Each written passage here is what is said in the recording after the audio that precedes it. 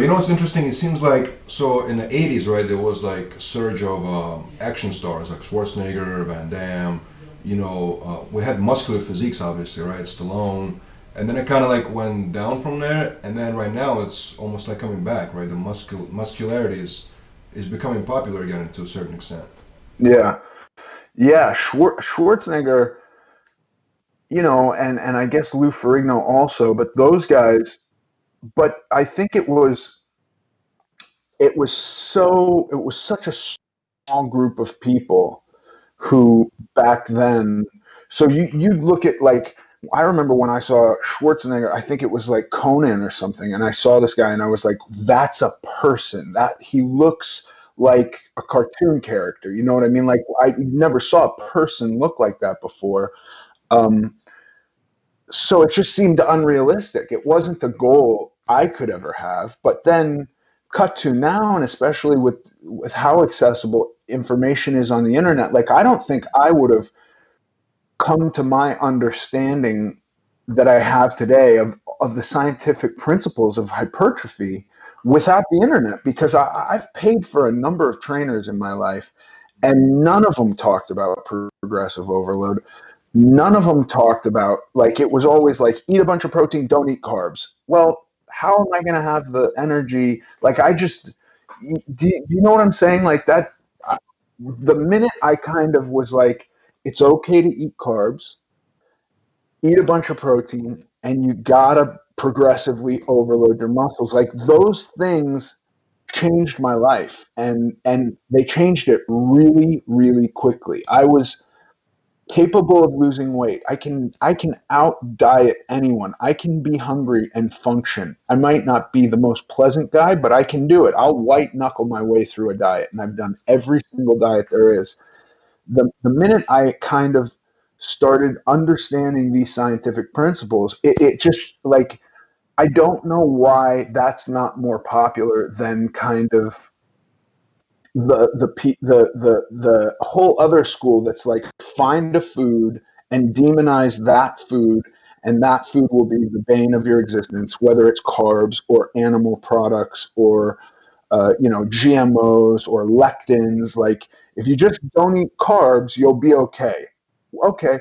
Well, what does that mean? What does okay mean? What if I want to look like Arnold Schwarzenegger? I'm not necessarily, I don't think it's going to work as widespread that if people just cut carbs out of their life, they're all going to look like Arnold Schwarzenegger, because it did not work for me. I could lose weight not eating carbs. I for sure was able to eat a lot less and not be hungry without eating carbs. True, eating carbs, when you get hungry, you get really hungry. Your body's like, lets you know, we're out of fuel. You got to refuel us. But at the same time, the benefit I've found is the amount of muscle mass I'm able to retain and the amount of energy I have in the gym to go into my fifth week lifting more while still on a cut. Like, I couldn't do that eating keto. Keto is a wonderful tool for weight loss. I had a lot of success losing weight on keto, but I was not retaining all my muscle mass. And that, just like understanding those principles really was like that was my game changer. You know what I mean? Um, and I don't think I come to that information without the internet, because every personal trainer I've ever had was just to motivate me to exercise. And at the end of the day, I don't really need motivation to exercise. Like, I, I get up every day wanting to exercise. So I don't need somebody to motivate me to exercise. And if I'm going to have somebody telling me what to do, I want it to be within those principles. And like this dude, Jared Feather, who has programmed, the coronavirus quarantine workouts, like, I trust him. He's a professional bodybuilder. He looks awesome. I don't think I'll ever look like him, but I want to be able to retain, if I can't go to the gym for a month or however long it's going to be, I want to know that the stuff that I'm doing in my house is going to at least get me through that period of time.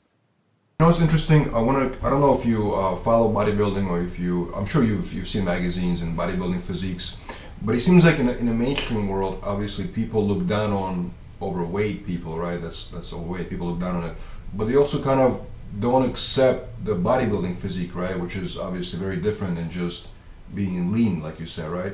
So it seems like both are extreme in a sense and not always, celebrated, right? Look, I think it to a personal preference. I think in this day and age, nobody has to fall within the BMI range. Like we don't generally have work that requires. I mean, some people do. Like dudes who work construction, that requires them to move a lot, right? But like, I'm not lifting stuff all day. I don't need whatever muscle I have is not required to so that I can earn money for food. I'm not out hunting and gathering. Um, people make a great living now playing video games. You have people on YouTube that make money making silly videos. That doesn't require like you can be overweight, quote unquote overweight. So at the end of the day, it's just like and the other thing is like starving, famine will do a hell of a lot faster than obesity will. Obesity takes decades to kill you.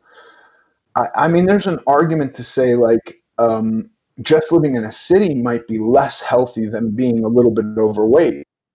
You know what I mean? At the end of the day, I don't care what anybody thinks of me nowadays because I actually am happy with how I look. And at the end of the day, it's all vanity. It's just, you know, I enjoy being strong. I enjoy the size of my body. I don't give a fuck what anybody thinks about it. Now, I can't say that that was true when I was really thin, and I can't say that that was true when I was really fat. Um, so when I look at these bodybuilders, see a dude that has put so much effort into the side delt. You know what I mean? Like that's like I look at that, it's like a fucking oh my god, it's huge, dude. Like I realize how much work that takes. Um, just maintaining the side delts, just trying not to lose muscle from the side delts is a feat. You know what I mean? Like it's a lot of work and the amount of effort that has to go into nutrition and work. So I look at those guys and I literally see like Rodin sculpting, chiseling something. But by the way, Rodin probably didn't even, the thinker or whatever that famous sculpture that he made. I don't even think that took as long as some of these bodybuilders have taken, literally perfecting all the little things. I don't even know what they're called, but when they have abs on their ribs, like that to me, striations, like I look at that and I go like, yeah, I want that. You know what I mean? I want a bigger side delt. I want the striations on my ribs. Like I just think that's cool. Um, for me being like an addict, it's for sure a healthier addiction to try and improve my body versus to try and go into apathy and sit around and do nothing and eat and give into those addictions. Like I've had a number of addictions. Cycling was definitely an addiction. You know, I would wake up in the morning and just think I would be driving to work and thinking about the road and like, yeah, this is a good section of road. I want to come back and ride my bike here. But at the end of the day, I wasn't happy with myself, like off the bike. I wasn't happy with myself. And it took up so much of my time. I can go to the gym for an hour a day, which I can figure out no matter what my work schedule is. And even now, not going to the gym, I can do it in an hour in my house. Um, and that's it. I can put an hour towards myself every day to improve myself. Um, and if people want to be overweight and their day to day life does not require them to be in a different shape than they're in, I don't care. Like I'm fine with people being whatever size they want to be. Um, but I do think that there is some lack of education, certainly with the quantities of food that are available to us and the energy intake that our bodies need.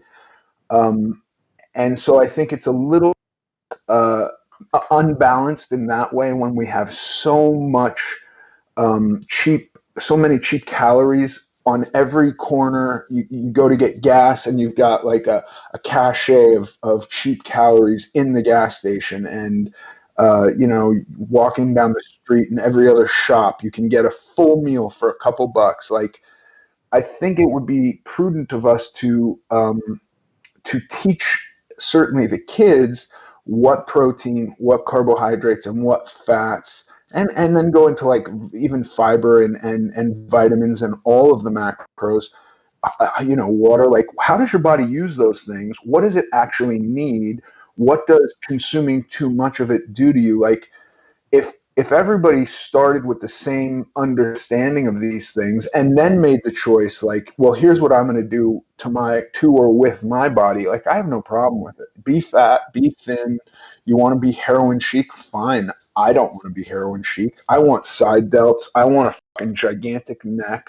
I want traps that look like they're man-made horns growing out of my back. I want a Ninja Turtle back. Like, that's what I want.